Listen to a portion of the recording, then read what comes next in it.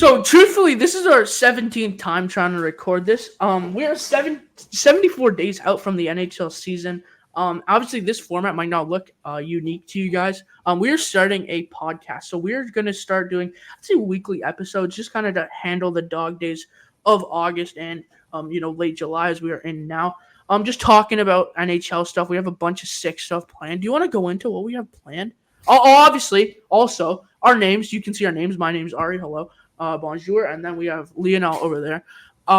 So it's gonna be a unique element adding our names to the channel, but we're really excited for it. And also we'll talk about other channel update stuff later on in the episode. But we have a lot of sick stuff planned for this. We have for the actual for the videos, we have a lot of cool stuff planned. We have a guest coming on the channel in a couple days, I think, and maybe in a week or so. To talk some prospects. So yeah, it's gonna be a fun time for us. Really excited.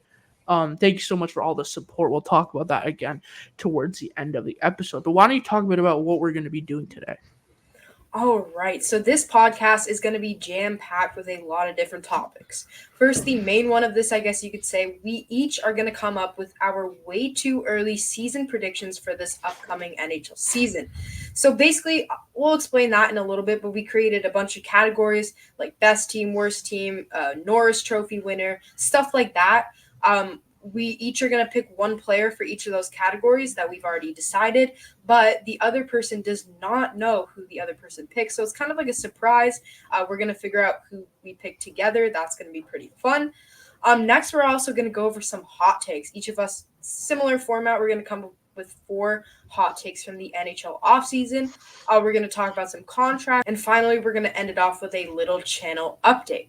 So, all right, why don't you get us started in on the categories for our first segment, I guess you could say, which is the way too early season predictions. Okay, so for the way too early season predictions, we've got the President's Trophy winner. We're going to be predicting that. Worst team in the standings, most surprising team, most underwhelming team. Moving on to the player categories, we'll do most points, most goals, Norris, Calder, Vezina, and then the breakout player of the season. For the hot takes, we'll do a free agency hot take, a draft hot take, a trade hot take, and then a hot take for the whole offseason. But we'll start off with the way too early season predictions. Why don't you start us off on your President's Trophy? Okay. So I will also add. This is a unique idea that we've been kind of toying with for a while. Is both of us not knowing what the other person's going to pick. We really like that mystery kind of vibe. We're planning on doing it for top 20 players going into the season, stuff like that. Let us know if you enjoy that type of content. All right, let's get into it. For my pick for the President's Trophy winner or the best team in the NHL, I got none other than the Edmonton Oilers. So there's a couple reasons for this. One, they had a very good offseason. We'll probably talk about that in a little bit. Signing guys like Jeff Skinner, Victor Arvidsson, and then not losing their players when going to the Stanley Cup Finals and almost winning. They went to 7 games after being down 3-0. Wow, that was a fantastic series and a fantastic final. But I do think Connor McDavid is Connor McDavid. If Stuart Skinner can, kind of get on his horse and maybe steal them some games, I think for sure they have a great shot at being the best team in the NHL and winning the President's Trophy. But who do you got? I have the Vancouver Canucks. Now, I feel like their offseason was really good. They addressed, needs losing Lindholm and guys like that, losing Zadorov. They added, Desharnais from Edmonton. They stole one of your guys right there. That's a solid piece to add to that decor after losing Zadorov. And then also adding DeBrusk and Sprong. Sprong has to be one of the best contracts in free agency. $950K for 1 year is incredible. So I really feel like that kind of elevates Vancouver. Plus, they also had really good experience of getting into the playoffs. Now maybe they can elevate that step a bit. Yeah. Okay, now we're going to get into the worst team on this upcoming season. And for my team, I have the San Jose Sharks. They did have a fantastic draft or fantastic first round for the most part. They had Macklin Celebrini with the first overall pick, and then they got Sam Dickinson with, 11th overall? I think that was a great pick. We had him, going 3rd or something in our mock draft. Yeah, so fantastic draft, but I don't think those guys will make such a huge impact right away. I don't think Celebrini's going to the NHL this year, right? I think he might be. I think he is. He might be. He is. I think he is. I think he's signed. Oh yeah. Okay. Well, let me check. I'll check. Keep going. A bit. But I just feel like they need another year. They got rid of a lot of guys, and they're kind of just a young team in that rebuild phase. So I do think this is probably one of their last years of being, at the bottom of the league in the basement, I guess you could say. I think after this year, maybe they'll make a few splashes in the offseason. I mean, they got Tyler Toffoli. That was a pretty solid signing as well. But in the end, I do think that San Jose needs one more year of just being kind of bad, and then next year is where they actually go for it. So that's why I have them as the worst team. Yeah, they signed Celebrini Okay. to an ELC, so he'll play probably next year. I wonder maybe they'll do 8 games or whatever. I also have San Jose. Not much for me to go into here. I think I echo exactly what you said. Do you want me to go with the most surprising team? Yeah, let's switch it up. Sure. I might not give as much detail, but I'll just throw a couple points out why I think so. I have the Washington Capitals. So I have a couple. There's a couple reasons to back it up, but I'm gonna save it for another hot take that I may or may not have put down.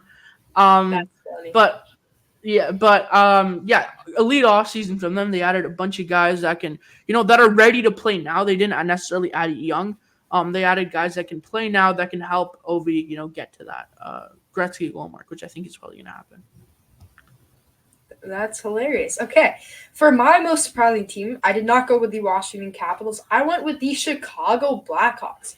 I do believe that this year they won't be at the bottom. I guess you could say 4 or 5 teams. I mean, I'll just name some of their signings. They got TJ Brody, Alec Martinez. They got Patty Maroon. They got Brossois Net. They got Tyler Bertuzzi, and also Teuvo Teravainen reunited with the Chicago Blackhawks alongside of a guy named Connor Bedard. He just won the Calder after breaking his jaw. So I do think they will shock a few people. I don't think they'll be as bad as they were this year, and I think they could make a run for, I guess, bottom 6 maybe in that area. I think they'll surprise a few people for sure. Yeah, I could definitely see that. Why don't we talk about our most underwhelming team? Do you want to go first with that? Yeah, okay. So my most underwhelming team, I have the Ottawa Senators. I feel like they kind of just do this every year. I mean, they have some guys, like they have Brady Tkachuk, Tim Stützle. He had kind of an off year, I guess you could say. I just feel like Ottawa's kind of been in this trend of having so many expectations and then just kind of not living up to them. They made a trade for Linus Ullmark, so that's pretty solid. But I do think they're going to be the most underwhelming team probably this year. Maybe if they sign someone next year in free agency, they can turn it around. But I think for this year, I have them as the most underwhelming. I have the Toronto Maple Leafs. So this is where I'm at. Okay. They didn't improve their forward core. Okay. Improve their forward core. You improved your forward core. Not yet, but okay, and you're not going to. You're not improving your forward core. Your defense is good, but I don't see it necessarily being elite. I think Chris Tanev is great. I like that addition. I don't really like OEL. I think you can probably use your money to spend on like a Zadorov or something like that. The one thing I do think is I think Marner, right? I feel like Marner is going to be at the point where it's almost like I don't necessarily know if he's going to want to play in Toronto anymore. I feel like he's been under criticism for so long, especially dating back to like all the playoff mistakes that he's had. I think Tavares is in his last year of his deal, and I feel like this is the year you're going to start seeing some regression from Tavares. It's going to slowly come in the next 2 years. Obviously, I think the Leafs will probably re-sign him in a more friendly contract at the end of his term, which is at the end of this year. And I think you guys are in a spot where it's like you're good. I can see you, making the playoffs, but I don't think you're going to finish top 3 in the division. I feel like the Atlantic is going to become much better. I think Boston, Tampa, Florida, I mean, that's a top 3 easily. And then I can also see, Detroit sliding in there, and eventually Buffalo is going to slide in there. Not necessarily this year. Montreal will slide in there eventually. And I think right now you're going to get a down year for the Leafs. I'm going to say it similar to how the Jays are right now. It's in that contending point. Oh, no. Right now they're in a down year, and then next year they're going to be right back up there, I would presume. And I think it's one of those where you're going to see a down year for the Leafs. They're going to do big moves in the upcoming offseason because they're going to let Berube have 1 year with his team. And then the year after that, I think that's when they'll really push for that Stanley Cup. Okay. I'm just going to put it out there. I'm a big Leafs fan, and Ari's a big Habs fan, so yeah. Maybe you can debate back with me on that. Yeah, okay, I'd love to. So one thing you said was Marner he might not want to play here because of all the criticism. I think it's the complete opposite because he wants to play in Toronto because he's hometown boy. He already said that he wants to remain in Toronto. And also Brad Treliving doesn't look like he's going to move him or anything. I think this is the year where he has a big bounce back. He's going to be betting on himself, obviously if we don't make a trade. I agree with what you said about Tavares. But also, you didn't talk about the goaltending much. I think that was a big improvement from last year. We got Stolarz and Waugh as our 1-2 combo. So can I just fire back at you with that? Yeah, and also, one more thing. Teams like Tampa, they also lost a lot of guys. Florida lost a lot of guys. I mean, Montour, OEL, Tarasenko, just to name a few. Did they replace them? Not so much, I don't believe, unless there's some moves coming. Boston, I think, is Boston. They made a couple big moves. That was pretty solid. And then Tampa also, they lost Steven Stamkos. They lost Sergachev, too. I feel like the Leafs didn't lose that many players. They lost Bertuzzi, I guess you could say. But they also upgraded on defense, so that's why I personally disagree, but I'd love to hear your... So where I'm at is, first of all, you said your goaltending. I disagree with that completely because where I'm at is you have Tampa, who has Vasilevsky, Florida, who has Bobrovsky, Boston, who has Swayman, and then you have the Leafs, who have Wall, right? So Wall doesn't necessarily fit up to those standards, right? Necessarily doesn't fit up to those standards of those top three guys. And then obviously there's other goaltenders. Like, I make the case, bro. I'm going to be honest with you. I make the case Allmark is definitely better than Wall at the Atlantic. I don't think I'm ready to say Montembeau is better than Wall yet. But then you have guys like Husso and Talbot in Detroit. That's probably a better tandem than the Leafs have right now, and I feel like you'd agree with me on that. So I don't think it's necessarily going to be a bad season, but I would just say that it's one of those where they're in a contending window, and sometimes teams have that little dip, and I think they'll have a little dip, and then they'll respond completely with an great year next year. Okay, I agree with what you said about the goaltending, but I do believe it's definitely better than last year. I think Stolarz over Samsonov, I'd take that any day of the week, especially for the money they're making. I think that's a pretty solid tandem as well. But maybe we'll come back to this in the future. Let's get onto our player categories. Do you want to start with your most points in the league? Yeah, I have McDavid. I think that's pretty obvious. Yeah, I have McDavid too. Okay, okay. Who do you have for your most goals? I had Matthews, actually. I also have Matthews, so it's pretty similar here. Yeah. Okay. Who's your Norris? I got Cale Makar. Same. Oh, okay. Who's your Calder? Okay. This is mine. Okay, this is my Habs fan coming into it. Oh, if he plays from 1 to 82, Lane Hudson. Okay. This is my inner Philadelphia Flyers fan coming in. If he plays from 1 to 82, Matt Mitchkov. Yeah, I can see that. I can see that one too. I hope he has so much potential. He was like neck and neck with Bedard for a few years, and then he had his whole Russia incident. But he's coming in the NHL. Yep, I think I could also see like Demidov if he comes, but I doubt he comes. I'm gonna be honest with you. Lane Hudson played 2 games and he had like 3 points in those 2 games. He looked like an absolute beast. Imagine him playing from 1 to 82. He's gonna be incredible, and he's gonna be a future number 1 defenseman for sure. Who do you got for your Vezina? I got Igor Shesterkin, actually.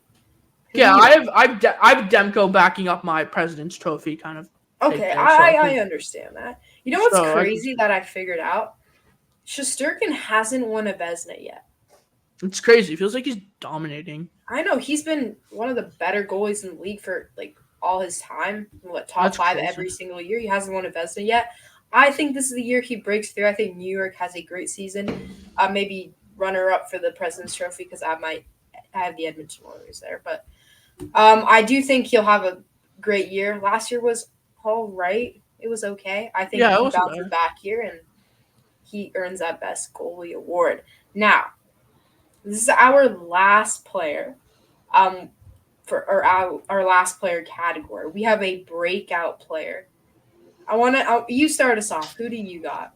I have Kirby Dach. Kirby Dach. Wow. Okay. I think that he's been so unlucky with injuries. And we've seen that if he can, like, the talent is 100% there. I mean, he went 3rd overall. If he can play again 1 to 82 or whatever, like 80 games, I could see him really putting up 50, 60 points, and I think he could really cement himself as like a 60, 70 point guy. for the Canadians as their number 2 center. Right. Okay. I got Cutter Gauthier. That's interesting. Yeah, I do think. Well, now he's on Anaheim, right? He got traded from Philadelphia in that whole saga for Jamie Drysdale. I think that's a fairly even deal. I like that for the Oh, Ducks. that's interesting. Yeah, I'll just read a bit of his stats. I mean, he lit up the juniors. He had 12 points in 7 games for Team USA, and also in college he had 65 points in 41 games in the NCAA. Cutter Gauthier is one of those guys. He's drafted fairly high, and he has a lot of potential. He's pretty big as well. I think he'll be a big part of the Anaheim Ducks lineup in the future, and I could definitely see him having a huge breakout year come this season. That's interesting. I feel like almost he needs maybe one more year, and then he'll get into a breakup. But I do really like the Doc pick though, because I think it's kind of due for him to have a little breakout year. That's where my head's at. Yeah, assuming he stays healthy though. That's the thing with him. He's always been so injury prone. So if he stays healthy, then I could very much see him getting that thing. So those are some of our not breakout. Sorry. So there's some of our way too early season predictions. Comment down below your thoughts on those. Now we'll get into a really interesting idea that we kind of put forward. Is we've gone together and we've got 4 hot takes. We've got 1 hot for the offseason, 4 hot takes for the offseason. So 1 for the draft, 1 for free agency, 1 for any trade that happened. It could be good, negative, positive for any of these, by the way. It could be positive, negative. And then we also have 1 for any. So say there's like 4 categories. There's like a hot take for the draft, but you wanted to add another one. You can put that in your any category. So, by the way, comment down below your thoughts on this too. Comment down below your draft, trade, free agency, and any hot take for the offseason. It'll be really interesting to hear you guys' thoughts. Why don't we get into our free agency one? Do you want to start off? Yeah, sure. Also, I want to say that it doesn't necessarily have to be like a specific signing. It could also be like something related to that signing that counts. But for my first free agency hot take, I have the Nashville Predators were not the biggest winner of free agency. The Edmonton Oilers were. That's my first hot take. And okay, spicy. A little bit.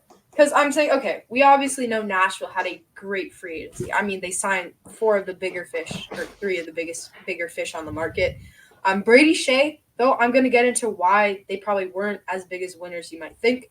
Brady Shea was signed 7 years, $7 million. He's 30. That takes him to he's 37, and $7 million for Brady Shea just kind of seems like a little bit too much. I think that was a bit of an overpay. Steven Stamkos gets 8 for 4 years. He's also 34. Takes him to he's 38. I don't know if you want to be paying a guy at 38, $8 million. That could just be me. But I feel like can I fight back with you on that? I feel like it's almost like it's a 2-year contract, and then at the back they know the back end is going to be bad. No, that's fair. That's fair. I understand. I'm just saying. Yeah, for sure. Marchessault was a pretty great deal. 5 years for 5.5. That was absurd. That's props to them. But he is 33 years old. So he's going to be, 30, 38 by the time that... He also scored 40 goals last year. Yeah, he also scored 40 goals. Yeah, that's true. And he won the Conn Smythe as well a couple years ago. Let's hear your thoughts on Edmonton. Yeah, okay, so the reason I'm picking Edmonton is I was really high on the signings they made. You know, Victor Arvidsson can obviously provide depth scoring, but then they also got Jeff Skinner. I wanted the Leafs to go after him. You know, he's not that $9 million player that he might have been years back, or his contract says, but he's a guy that can definitely put the puck in the back of the net when you need him to. And I think that's both of those signings really beef up their top 6 and add for some depth scoring, which is kind of what Edmonton has been struggling with. And maybe they could have got that a little bit more in the Stanley Cup Finals, could have won the cup. So I love that. And also the Oilers didn't lose anyone, honestly. So I think re-signing all your guys coming off a Stanley Cup Final appearance and getting some other guys that can help your depth scoring, I think they were definitely at least one of the bigger winners in free agency, if not the biggest. I'm going to fight back on that with you on my biggest winners of free agency. Like you said, I have the Chicago Blackhawks winning free agency. I think, listen, they added Brody Martinez right away on that decor. You add Teravainen, Bertuzzi, Craig Smith, and Maroon. Automatically, you get great depth. And then you get Brossoit. I mean, that personally kind of just gives Bedard some help. I mean, really, it's just all about Bedard right now. at this point. It gives Bedard some help. There's some players there that are going to be there in your contending window, probably Bertuzzi and Teravainen when they start entering that contending window. So I think it was really solid free agency for Chicago, and yeah, that's where I'm at. Yeah, Do you want me to go in? Do you want me to go in my draft? Yeah, you go with it. Okay, so my draft is Zeev Boom at 13 is the biggest steal of the first round. Him and Faber could be a top 5 pairing in the league in a few years. So, listen, the fact that Minnesota trades down and Philadelphia doesn't take Boom, first of all, I don't really get that move getting Luchenko. But I just think Zeev Boom is one of the more probably like on paper one of the best defensemen in this draft that I feel like could really develop into a very good player next to Faber. I mean, those two as a pair is just going to be absolutely nuts to watch and to play against too. Both of those guys can put the puck in the back of the net. Both of those guys are pretty good defensively. Little adjustments to the game. That's going to be a top 5 pairing in the league for sure. Yeah, okay, that is a spicy one. But that, yeah, like you said, great pair for Minnesota. Okay, my pick for the draft. This one, you might like this one a little bit. So, Macklin Celebrini will not be the best player out of the 2024 NHL I know exactly draft. where you're going. Yeah, and it's going to be none other than Ivan Demidov.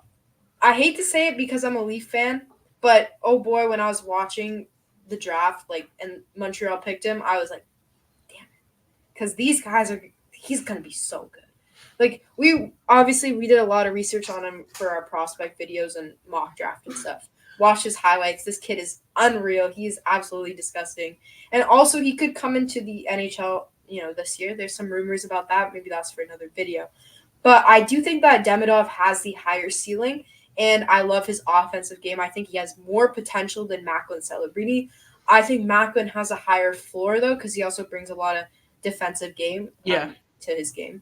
And yeah, basically he's just a magical player, and I think he'll have a big impact on the Montreal Canadiens or wherever team he goes in the future. Oh, had to throw that one in there. Yeah. I'm a Habs fan. I have my Habs teddy bear over here. So, yeah. Okay, I'll do my third. Yeah, our trades are gonna be the same, I think. Yeah. Okay, my third pick is the Washington Capitals will be a lock for the wild card after making all their moves. They made a lot of trades. Dubois for Darcy Kemper. I actually like that trade. I just say that I have Washington as a contender, because of the deals they made. Contender. Bro, they added Logan Thompson, Dubois, Mangiapane, Duhaime, Radish, and Chikrin, and Matt Wall. And Thompson. Did you say Thompson? Yeah, and Thompson. And Matt Wall. Oh, Matt Wall, too. I'm saying they're a lock for the playoffs. I didn't know how far I would take that, but a contender, that is... Yeah, I'll take them to contender. I'd say they could get top 3. I mean, the Islanders made top 3 in the Metro last year. Why can't the Caps? You know what I mean? Yeah, I was looking at it, and I saw, New Jersey, Markstrom, Dylan... Let's go through the depth chart. Let me go through the depth chart. Yeah, New Jersey has a fantastic roster this year as well. I just didn't know if I could put them top 3, but I was definitely considering it. Honestly, I don't think did anyone expect this from Washington to be making... Look at this. So, Ovechkin, Strome, Wilson, McMichael, Dubois, Mangiapane, Milano, Hendricks, Lapierre, Radish, Duhaime, Dowd, Protas, Chikrin, Carlson, Sandin, Watt, Faravari, Van Riemsdyk, and then Charlie Lindgren. That's really deep. That's really deep. They got a lot of depth. What an offseason for them. But yeah, so we kind of have similar takes. What's your any here? I'm really interested. Okay. My any, it was funny because you mentioned this earlier. Alex Ovechkin has a monster year, breaks Gretzky's goal record this season. So my reasoning, he needs 41 goals to tie and 42 this season to break Gretzky's record. And obviously with their acquisitions like Dubois, playmaker alongside of Ovechkin, guys like that, he can definitely, if the Capitals find their way to score, unlike kind of last year, they were having some trouble with that. If they can get it going, maybe become hot, score some goals. Ovechkin's a big part of that. He gets hot as well. I do think he has a great shot at passing Gretzky. 42 goals. He's done it before. It's just a question, can he do it again? I'm going to throw one out here that has to do with my Habs. I think you know where it's going. Do you get where's it going? I Guess it. is Slafkovsky was the best contract of day one. Locking him down for 8 years with the cap rising is going to be a steal. I knew you were going to say that. Okay. Why don't you say your thoughts? So the best contract of free agency. Would you really name me a better one? Let's go. Here, name me a better one. Let's go. If you want to do this. Daniel Sprong to Slafkovsky. I don't think you can compare those two. No, but Sprong got under one. Okay, that's a little bit ridiculous, but Sprong got under $1 million, and he's been a very consistent player. Yeah, but you're pairing apples and oranges here. They're different categories. Okay, that's fair. If you want to compare monster deals, okay, Marchessault's 34 or 33, like you said. Slafkovsky's 20 years old. Slafkovsky's 20 years. You'd rather have the Byfield contract than the Slafkovsky one? What did Slav get? 7.8. Byfield got like 6.125 or something. Yeah, I know, but Byfield signed a 5-year deal, so he's 100% going to be a UFA. Yeah, I don't know. There really is no argument here. I think you're right. It's one where, I mean, bro, I'm going to go back to the Leafs here. Look what they did with their core, right? You lock down your core for the Habs. You lock down Caulfield at 7.6, Suzuki at 7.85, and Slav at 7.7. Right. So you lock down your top three. That's your number one line for over 21 million, right? That's solid, especially with the cap going up. I mean, that's going to hit 100 mil soon, right? So I think where the Habs are at here is it's a great spot for them to be adding to be locking down Slav for a long time. I didn't expect it, to be honest with you, then, but great extension. What are you thinking? Yeah, there's not much I can really say because it's hard to compare, like you said. But I guess if we're talking best contract in free agency, I think he does. Yeah, I agree then. So it's been a pretty pro Habs episode here for you. Yeah, it has been. Not really the same about the Leafs, but so we're gonna end our first episode of the podcast off with a little bit of a channel update. So first things first, obviously you see our names, like we talked about. Second thing we want to address is comments. So what we're gonna do now is we're gonna respond to literally every comment you guys write for us. But what we're gonna do is at the end of every comment, we're gonna write Ari or Lionel, so that way you know who responded to the comment. So that way you get a sense of where each person's heads at a comment. Do you want to touch on that a little bit? Yeah, so it'll kind of just be like maybe if someone's asking a specific question, we tend to alternate usually, but we do want to add our names. It kind of gives a connection to the fans, and you guys kind of know who you're talking to. Maybe it's about the Leafs, I'll answer it, and if it's about the Habs, Ari will answer it. So that's kind of where our head's at with that. We also want to just thank you guys for the support on our latest videos. We've gone through, quite a bit in our YouTube history, but we're just so grateful that we're here. We also want to know what videos you guys want us to do, like what kinds of videos. It's the dog days of the off season, so we're trying to do as much as we can. We took a little break, but now we're back with a lot of content. I don't know if you want to address that. Yeah, it's just summer, it's a time we're off school, obviously. So yeah, one thing I did want to say is we're not going to say our age, but you can just put up above 15. That's what we'll say. That's where our things at, because I know we got a comment saying how old are you guys? Are you guys like 15? So yeah, just say about that. Yeah. I think yeah. So there's just a bunch of things there.